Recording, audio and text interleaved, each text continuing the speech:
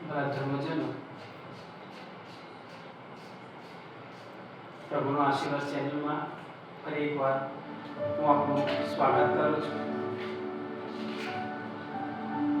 આજે પ્રભુએ ફરી એકવાર આપણને ઉત્તમ તક આપી છે. એ માટે બધો જ શ્રેય પ્રભુને આપ્યું અને સાથે સાથે પૂરા ઉલ્લાસથી આનંદથી પ્રભુનો આભાર માનીએ.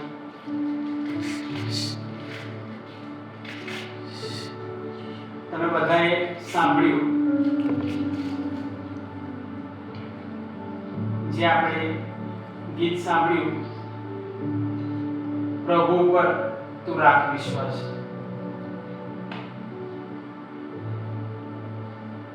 મારા ભક્તજનો,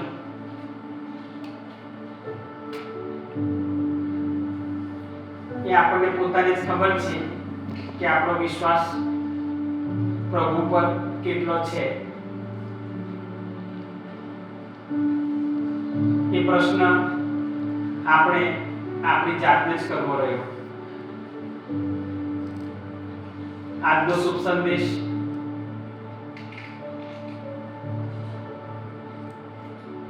છઠ્ઠો અધ્યાય 1 થી 15. એમાં હું મારા ભક્તજનો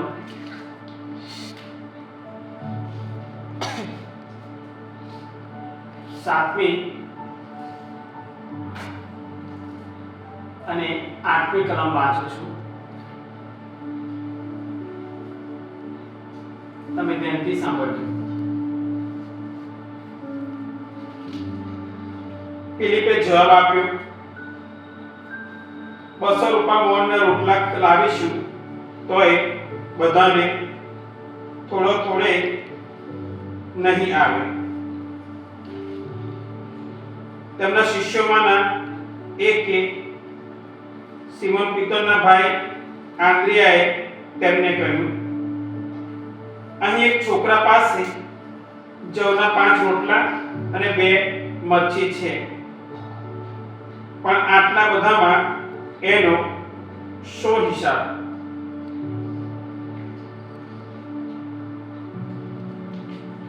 પાંચ રોટલા અને 2 મચ્છી. મારા ધર્મજનો,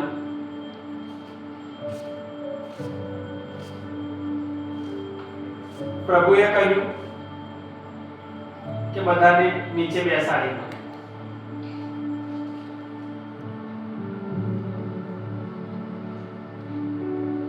એમાં 5000 પુરુષ હતા. બાળકો અને સ્ત્રીઓ તો જુદા.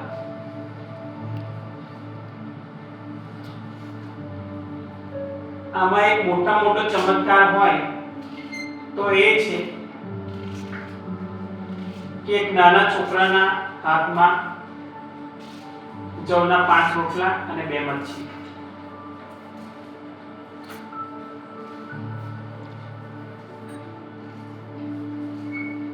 આ છોકરા પર પ્રભુની નજર જાય છે અને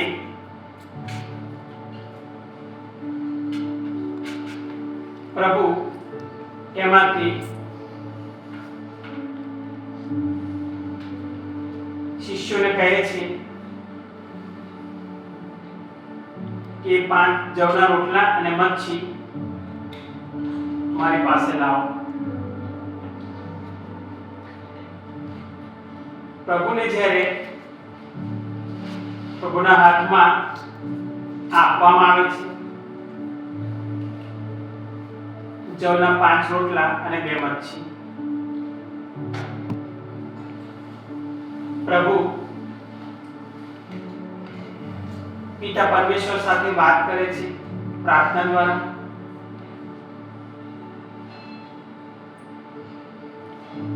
એ પ્રાર્થનાના બળથી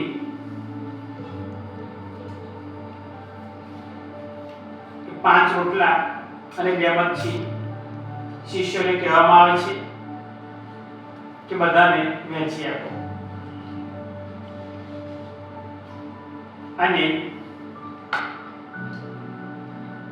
બધાને વહેંચીને આપવામાં આવે છે, બધા ધરાઈને ખાય છે. આ એક ઈશ્વરનો મોટામાં મોટો ચમત્કાર.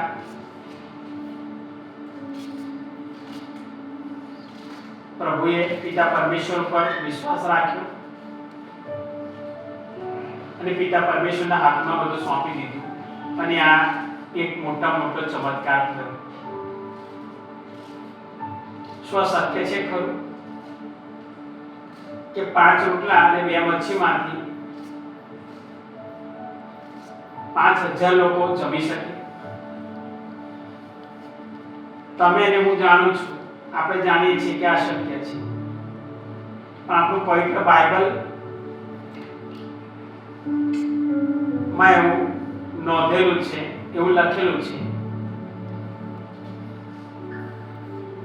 કે પ્રભુના સમયમાં આ શક્ય બન્યું હતું, આ ઘટના બની હતી.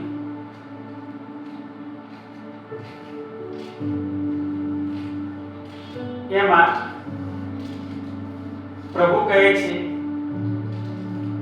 એક 12મી કલમ હું તમારી સમક્ષ વાંચું છું.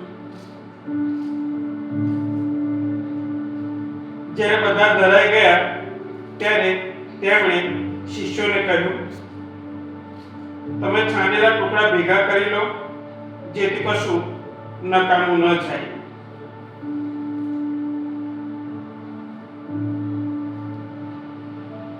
આ છાણેલા ટુકડા જ્યારે ભેગા કરવામાં આવે છે ત્યારે 12 ટોપલા ભરાય છે. આટલા લોકો જમવા ઉપરાંત હવે આમાં નકામું શું જાય? પ્રભુ એવું કહે છે કે કશું નકામું ના જવું જોઈએ. આપણા જીવનમાં અત્યારે રોક્યું કરીએ વાળા ભક્તજનો, તો આપણાથી શું નકામું જઈ રહ્યું છે? આપણા હાથમાંથી શું સરી રહ્યું છે? તો આજના સમયમાં આપણા હાથમાંથી જે જઈ રહ્યું છે એ બહુ કિંમતી અને અમૂલ્ય ઈશ્વર સાથેનો સંબંધ એ આપણા હાથમાંથી અત્યારે જઈ રહ્યો છે. કારણ કે આપણી શ્રદ્ધા દિવસે દિવસે વધવી જોઈએ, તેની જગ્યાએ અત્યારે ઘટતી જાય છે. આપણો અને પ્રભુનો સંબંધ સ્વાર્થનો થઈ ગયો છે.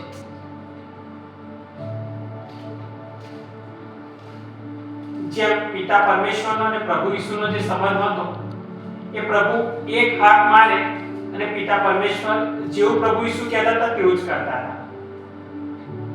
એ એટલા માટે થતું હતું કે પ્રભુની પૂરેપૂરી પિતા ઉપર શ્રદ્ધા હતી, પિતા પરમેશ્વર ઉપર. એમના પપ્પા હતા પણ શ્રદ્ધા પૂરેપૂરી હતી. એમના રસ્તે ચાલતા હતા. જ્યારે પ્રભુ કંઈ પણ મુશ્કેલીમાં આવે ત્યારે તરત એમની પાસે દોડી જતા હતા અને એમને એનું સોલ્યુશન મળી જતું. આપણા જીવનમાં આપણને અત્યારે સોલ્યુશન મળે છે ખરું? 100% માંથી 70% લોકોને નથી મળતું. પણ એનું કારણ વાળા ભક્તજનો આપણે જાતે જ છીએ કે આપણે પ્રભુ સાથે નિકટનો સંબંધ નથી રાખ્યો. આપણો સંબંધ પ્રભુ સાથે સ્વાર્થનો છે. જરૂર પડે તો પ્રભુ પાસે જવાનું, આપણું કામ નીકળી જાય એટલે પ્રભુને સાઈડ ઉપર કરી દેવાના.